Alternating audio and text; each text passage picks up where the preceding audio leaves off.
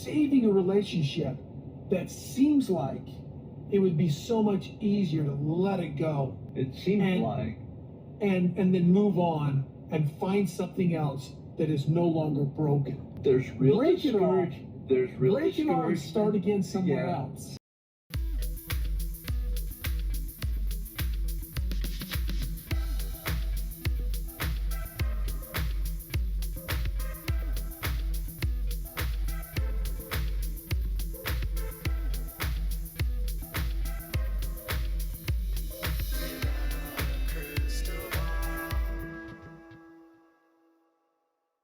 Hey friends, it's Katie from Without a Crystal Ball. Welcome back to my channel. It is Monday, September 11th, 2023, and I hope you are having a wonderful day.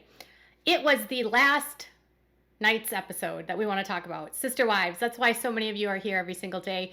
Mondays are always so messy because today we have to talk about Sister Wives. We also need to talk about Jill Duggar. There's some stuff going on with Ruby Frankie that I don't know what I'll get to today, maybe tomorrow. We'll have to see. But this video is about Sister Wives because guess what? Christmas finally happened. Yes, Christmas 2021 that happened 10 months, 2 years and 10 months, a year and 10 months ago is finally airing on television. Yeah. Anyways, so there was a lot of lead up to this episode, right? But I'm coming at this with a deficit. My bank account of love has been just my heart has just been ripped to pieces. We saw 2 episodes ago, there was this huge text fight, right? And Robyn and her girls and her son decided they wanted to be separate for Christmas. Now this episode, they're all pretending like, at least Robyn and Kody are pretending like they wanted to be with everyone. And Robyn's pretending like she wanted to be with everyone. For this Christmas, unfortunately, it's just Mary, my kids, and Kody and I. We're just gonna make it the best day that it can possibly be. Last week, Mary and Kody and Robyn sat down to talk about Christmas Eve and Mary having Christmas Eve at her house. And then this episode, and they all agreed they were going to, but then on this episode, they all had Christmas Eve at Robyn and Kody's house. I'm starting to get the sense that there's a lot of fake storylines going on here. Now, I don't discount that the text thread was a real storyline, probably one that Robyn and Kody would have preferred not be a part of the series. But Robyn is still holding on to this idea that we have forgotten about the text thread situation, okay? And now we are forgetting about the text thread situation so much so, okay, that we're going to forget about that, and she's going to pretend like she wanted to be with everyone on Christmas and that she wanted to have Janelle and the kids at her house.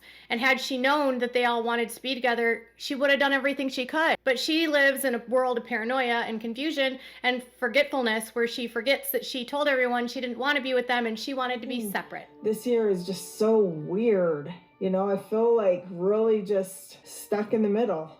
When it comes to the Christmas holiday, Kody eats crepes the way you would eat a burrito, and the way he eats the crepes almost would probably insult most French people. He ate it like a burrito. It looked really gross, and I can't believe he did that on national television. Not tasty looking.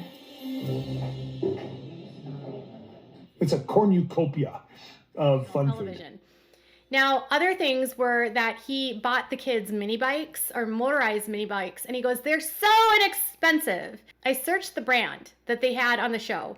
The brand is actually not inexpensive. I mean, I guess if you're Kody Brown and they're inexpensive, but they were like $850 each. And he bought 3 of them, but they were so inexpensive.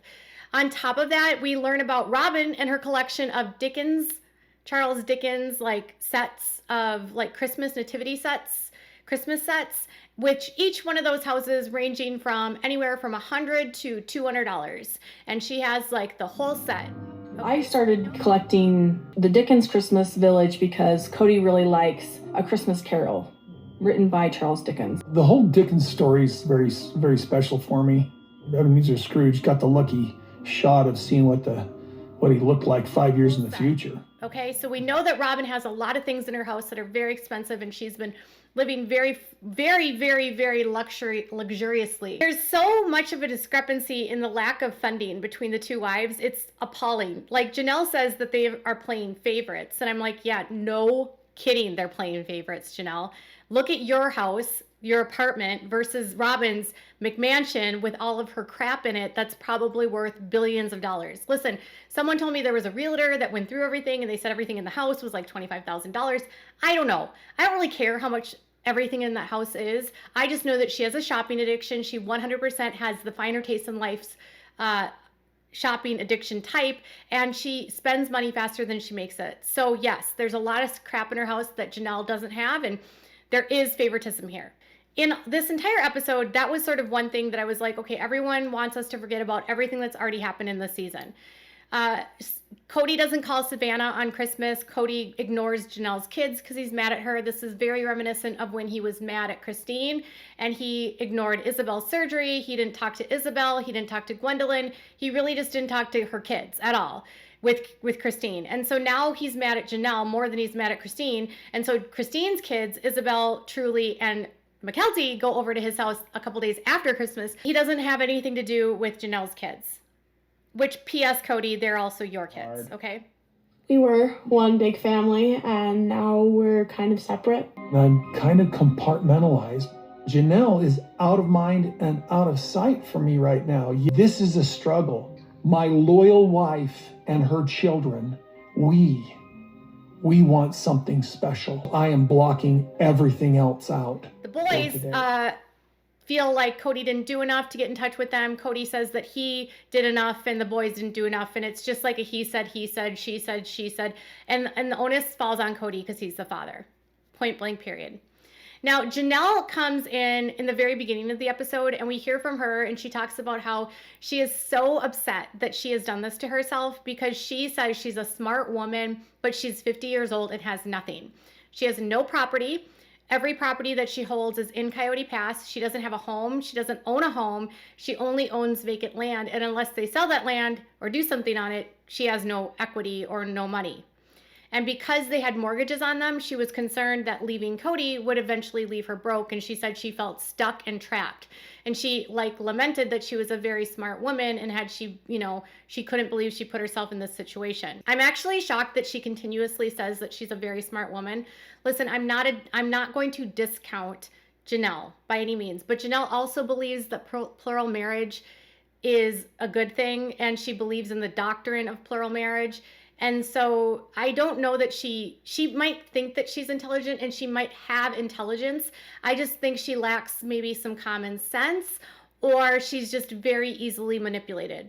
She's no longer manipulated now, and she's sort of waking up like, oh my gosh, I've got conned. And I think a lot of it had to do with she was in the bubble of the narcissist for a long time, and Kody has taken that mask off.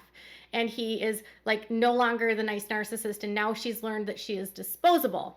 And that she says that Kody is like someone she doesn't even recognize. Of course, Kody blames Janelle for being mean and says that Janelle told him to shut the F up, which is frankly why he describes her as mean, and so it's her fault. They don't talk at all through Christmas. He doesn't communicate. She's got a bunch of his stuff packed up. She put it in storage. She said that she texted Kody to come pick up his stuff. He didn't respond to her. And so she said she might throw it away. She said she might eventually throw Kody's stuff away if he doesn't come and get it. Okay, so now that we're through the holidays, which by the way is, Janelle does stuff at her vacation rental with the boys, 3 of her boys, and Savannah. Savannah doesn't hear from Kody. Christine has Christmas with her kids in Salt Lake City. Kody and his kids and Mary have their Christmas together. Kody's super gross, and he needs to hide his affection and romance from Mary. Mary feels like the fifth wheel. She feels like she's the only one trying to keep the family together. Instead of doing Christmas jammies, she did Christmas blankets. Okay. Kody doesn't hide things well, and I'm well aware. It's kind of like being the other woman. And she brought forth her firstborn son and wrapped him in swaddling clothes. Okay. So now that we've gotten through that part of it, because frankly, that whole part of the episode was boring, I just want to get to the meat of here, what happens. Kody gets together with Nathan Diltz, who is Rebecca Diltz, or Rebecca Barber, who happens to be Mary's sister. Rebecca and Nathan are married. Now, previous episodes and previous times Nathan has been on the show, he's said he was not a polygamist. Well, we find out in this episode he was a polygamist. Now he just had a wife that left mysteriously, and her name was Beth. we learned about Beth. So Beth left because the marriage was terrible, okay? And they talk about divorce, okay? And Kody and Nathan are sitting there talking about all these difficulties of being a man in plural marriage and how hard it is. And Kody comes to the like aha moment that finally it's hard on the women in plural marriage because they're by themselves a lot of the time. Kody says that he just was not the best plural husband, and it really takes a dark turn towards the halfway of their conversation.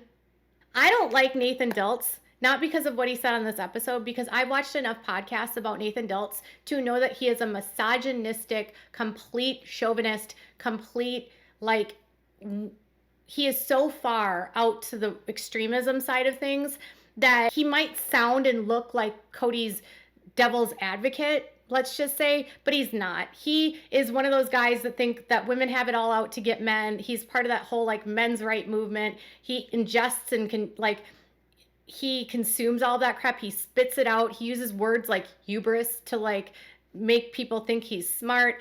And while they're talking about, you know, the darkness of going through divorce, Kody starts talking about how angry he is and how he wants to just take out his anger on everyone. And he wants to be like vengeful, mean, and cruel. I want to grow horns right now so bad. I want to say mean things. I want to be a jackass. It's just like, and there's this urge that I'm seriously fighting. It's like deep in me. It's sinister. And that's the wolf you want to starve. But that urge to do it, to just be mean as hell. And I kept thinking, no, okay, it's one thing to be angry. Everyone goes through breakups and they get mad. But to be like at this level of anger, this is not anger to me. This actually feels more like, I would call it narcissistic injury and narcissistic rage. And it was in this that he starts talking about how his thoughts get so dark, so sinister, and so bad, right? That he wants to leave Robyn. He wants to leave everyone. So basically what he has said is everything is broken, so he wants to break it all and remove it all and get rid of it all.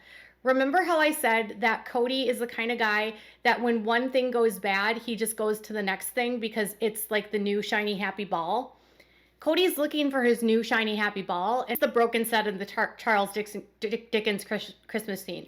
Like they just took a hammer and smashed it all. And Robyn's house was a part of that. And so he doesn't want to be a part of that, probably because it reminds him of everything. He probably will blame her because she didn't do things good enough. And now that he doesn't have anyone to yell at, he's going to only yell at Robyn. Saving a relationship that seems like it would be so much easier to let it go and then move on and find something else that is no longer broken. There's an urge. There's real Break it all. discouragement. There's real Break it all and discouragement. start again somewhere else.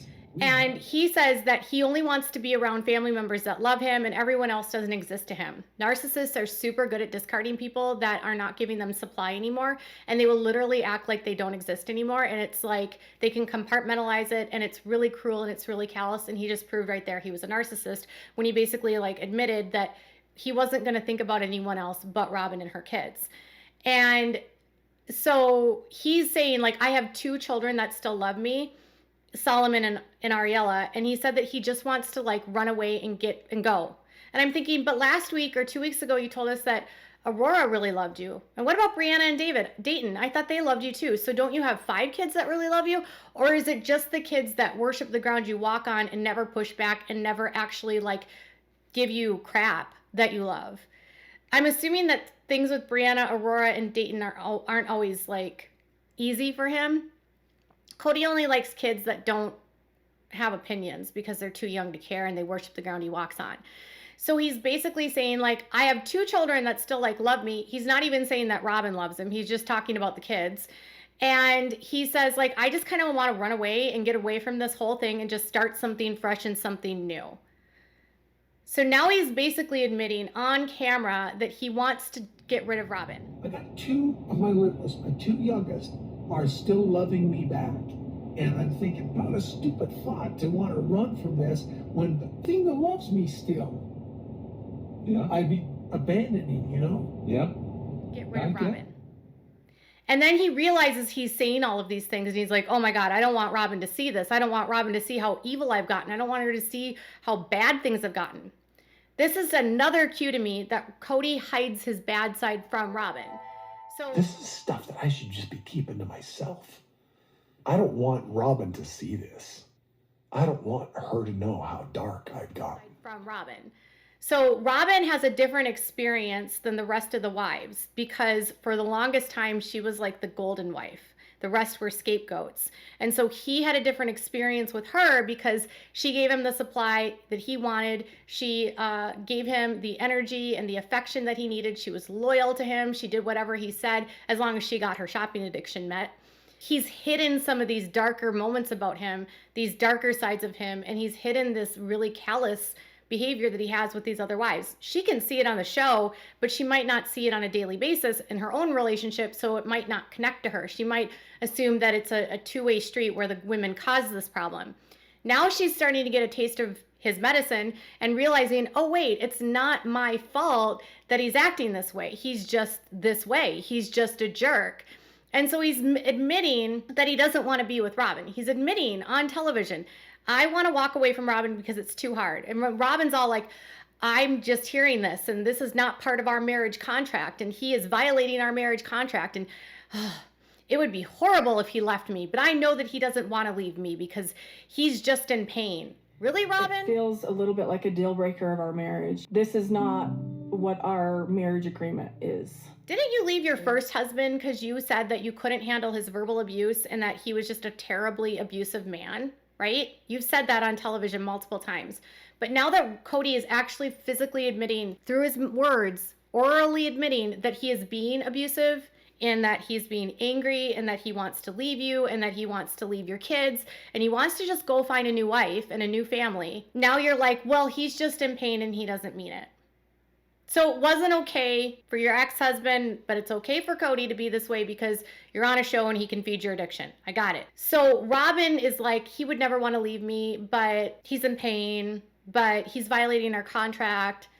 So it just seems like she's sort of understanding, wait a minute, he doesn't want to be a polygamist anymore. I signed up for this to be a plural family. If that's the case, he's violating our marriage agreement. He wants to leave me. He wants to move forward in another way. He doesn't mean that. He doesn't mean that. He doesn't mean that. I mean, I know he has these thoughts. You know, you can't make anybody stick around or stay. I know he would regret it, you know, leaving everything behind. I just know it's from pain. Do you ever think, Robyn, that maybe the other wives felt the way that you did when it was directed at them? And eventually they just got to a point where they couldn't take it anymore? And they were like, oh, that's why Kody sucks. Oh, because he does mean it. He really does want to find someone new. He does want to find someone better. Kody wants to go wherever it's easy. He doesn't want to deal with anyone that is objectionable to him. And you remind him too much of all of his failures. So just to further drive home this point, Robyn spoke to People magazine in an interview, and she said that Kody has been looking at her sideways and is actually mad at her because she's a woman and he's a man and he's been left by women, and that he has wanted to leave her. So she said this, it's been hard on our relationship. It's been really hard on our relationship because I think when you're going through a divorce, you start questioning yourself. That's about Kody, okay? She said for him, he's straight, so he questions the opposite sex. Oh, yes, that's right. No, Robyn. So it's this kind of huge upheaval in a way that you think about yourself and the others. No, it's because he's a narcissist, Robyn. It's not because he's straight. It's because he's a narcissist. Not all men are like this. Not all men are rageful like this. And she says that Kody has been self-sabotaging their marriage and that he's looking at me sideways because I'm a woman and there's women in his life that he's struggling with. No, he's struggling with you, Robyn, because you remind him of his failures in plural marriage and he's realizing that this marriage is all falling apart because of you and because of him and because of all of these demands that have been placed on him. It has nothing to do with him being straight and being mad at women. It's because Kody is a narcissist and he cannot handle failure. And that when he does have to confront failure, he wants to run away. I think he is starting to do better, but it's been a couple of years of this and then picking fights and then just acting like he's almost like he's stressed out and I'll leave him too or something. Well, you left your first husband, so why wouldn't you leave him? You said your first husband did worse than, did basically what Kody's done. Why is it acceptable for Kody to do this, but it wasn't acceptable for your first husband to do this? Oh, it's because your first husband refused to do polygamy, which you want to do, which Kody's now refusing to do, and because your first husband was broke. Kody's not broke. So as long as Kody has money, I guess the way that he treats you and your children is fine. She went on to say, I'm not going anywhere. We're sticking this out. We'll figure this out. Then she went on to say, it's been really hard to help him realize and remember what our relationship is. Robyn is a very controlling person, and she feels like she has the ability to manipulate people and control people's emotions. And she feels like she can make someone stay in a situation that they don't want to stay in. And she's willing to stay in a situation with him because she thinks that she's so good with her manipulation and coercion that she can make him see why they loved each other. Fact of the matter is Kody had a good relationship with each one of those other wives at some point in time, and he and Robyn did too. And he loved Christine at one point, he loved Janelle at one point, even though he says he doesn't, he did. And he's claiming they've all felt that way too. Janelle said she doesn't even recognize him. Do you think she just gave up? Oh, probably, because she's been doing this twice as long as you. He's impossible to deal with. She says anybody who's gone through divorce knows that it brings out the worst in you and sides of somebody that you didn't know existed, type of thing. I always look at divorce as the opposite of all of the effort and beauty and wonder of happiness of marriage. It's like the opposite of that, and it's been very difficult. She admits that Kody wants to leave her. She admits that Kody picks fights with her. She admits that Kody has been horrible for a couple years. She dealt with that less and less and less with her ex-husband, but with Kody, it's fine. So Robyn's a big fat hypocrite. Robyn, you can't make anyone stay. Just because you stay with him doesn't make you a martyr. And Robyn, you are finally seeing what the other wives are doing, and maybe you realize that it wasn't about the wives not taking care of their stuff, like you said. Maybe it's that Kody is Kody, and he's a narcissist with whoever he's with. And when Kody doesn't get what he wants, he blows up, he goes into a fit of rage. And what you're seeing now is narcissistic rage, narcissistic injury, and you're going to keep taking the brunt of it because he will never be happy. Ever. He is only in love with himself. And Kody said, I want to find something else and I want to find something new. He did that with Christine when he found you. You will be replaced. I guarantee it. All right, you guys, what are your thoughts about this episode? Tell me in the comments below. Bye, guys.